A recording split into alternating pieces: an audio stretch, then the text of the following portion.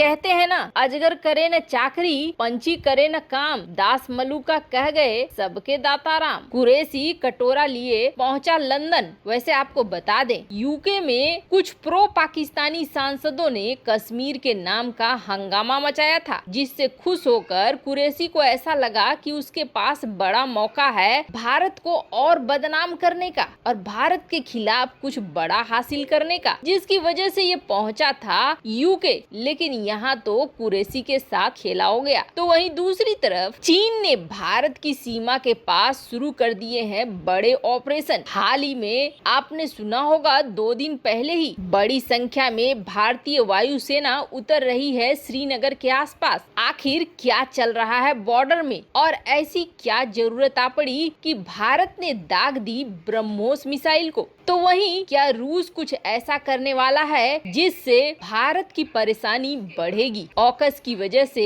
भारत के लिए बड़ी परेशानी खड़ी कर सकता है रूस। इसके अलावा बहुत कुछ, आइए जानते हैं इन खबरों को विस्तार से। ऑकस के गठन से जहां भारत को फायदा हुआ है, तो वहीं रूस के लिए कुछ मुश्किलें खड़ी हो गई है। अमेरिका और रूस की दुश्मनी जग जाहिर है, लेकिन अमेरिका और रूस की दूरी भी बहुत ज्यादा है, जिसकी वजह से रूस निश्चिंत रहता है। उसके आसपास ऐसे कोई भी देश नहीं है जो रूस की सीमा को तोड़ सके। एक यूक्रेन को छोड़कर, जो यूक्रेन धीरे धीरे नाटो में शामिल होने की बात करता है और पश्चिमी देशों के साथ जाने की कोशिश कर रहा है। यही वजह है कि यूक्रेन से रूस काफी चिढ़ा हुआ रहता है, क्योंकि यूक्रेन एक बार अगर नाटो देशों को अलाउ कर देता है तो वहाँ से रूस की सीमा पर वार करना पश्चिमी देशों के लिए आसान हो जाएगा। यही वजह है कि रूस यूक्रेन मामले में बहुत कठोर रुख अपना लेता है और जैसे ही यहाँ ब्लैक सी के आसपास कोई भी युद्धपोत दिखाई देता है, वैसे ही एक्शन वाले मोड में आ जाता है रूस। पिछली बार ब्रिटेन ने अपने युद्धपोतों को यहाँ युद्धाभ्यास के लिए भेजा था। ये पास में ही पहुँचे थे कि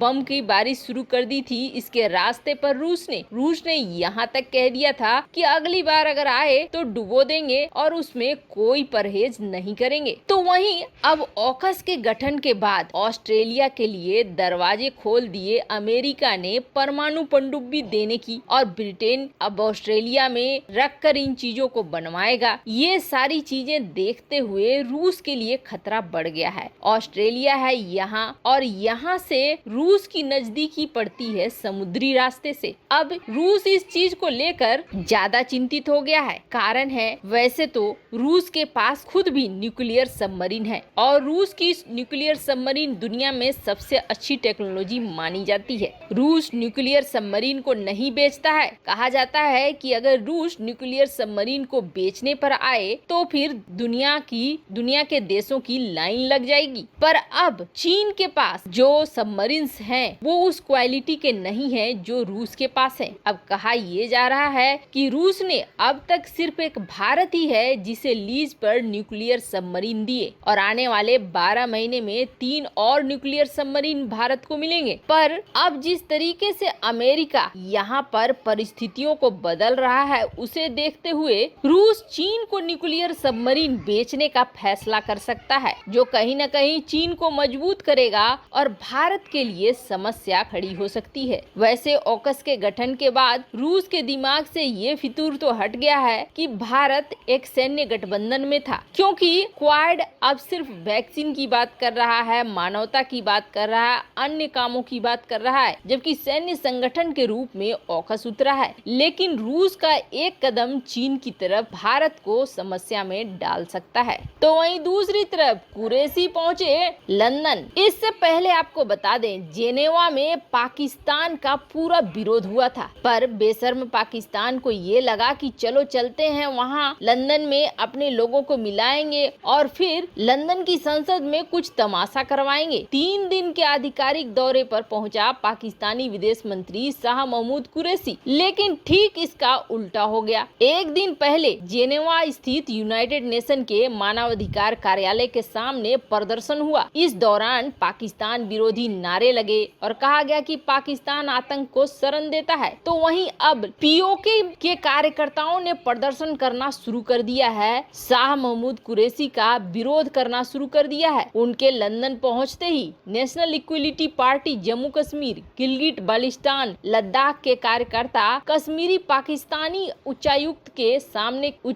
के आवास के सामने इकट्ठा हो गए और विरोध में नारे लगाने लगे। प्रदर्शनकारियों ने आरोप लगाया कि पाकिस्तान कश्मीरियों के खिलाफ अत्याचार कर रहा है। वैसे आपको बता दें, 4-5 दिन पहले ही लंदन की संसद में प्रो पाकिस्तानी सांसदों ने कश्मीर का मसला उठाया था। तब यूके के ही एक सांसद ने बुरी तरीके से धोया था और कहा था कि कश्मीर में भारतीय सेना है जिसने कश्मीर को तालिबान बनने से बचा लिया है, वरना पाकिस्तान तो वहाँ और भी कबाड़ा कर देता। खैर, इन सब के बीच ये जो तस्वीर आप देख रहे हैं, ये है भारतीय सर्विलांस एयरक्राफ्ट जो कि जम्मू कश्मीर के सीमा के ऊपर से उड़ रहा है। तो वहीं 2 दिन पहले ही बड़े लेवल का युद्धाभ्यास और एयर शो किया गया, जिसमें तेजस ने भी हिस्सा लिया और राफेल ने भी हिस्सा लिया। आखिर इन सब की वजह क्या है? तो आपको बता दें, सीमा पर चीन ने न सिर्फ परमानेंट स्ट्रक्चर बनाने शुरू कर दिए हैं, बल्कि S-400 सिस्टम के अलावे ढेर सारे एयर डिफेंस सिस्टम की भी तैनाती शुरू कर दी है, जिसे देखकर ये लग रहा है जैसे जंग की तैयारी कर रहा है चीन। चीन ने 2 S-400 की तैनाती शुरू कर दी है। इसके अलावे कई एयर डिफेंस सिस्टम लगे हुए हैं। तो वहीं दूसरी तरफ उड़ी से बड़ी संख्या में आतंकियों के घुसपैठ की बात भी सामने आ रही है। तो हाल फिलहाल में चीन ने अपने खास ऑफिसर्स को पीओके भी भेजा था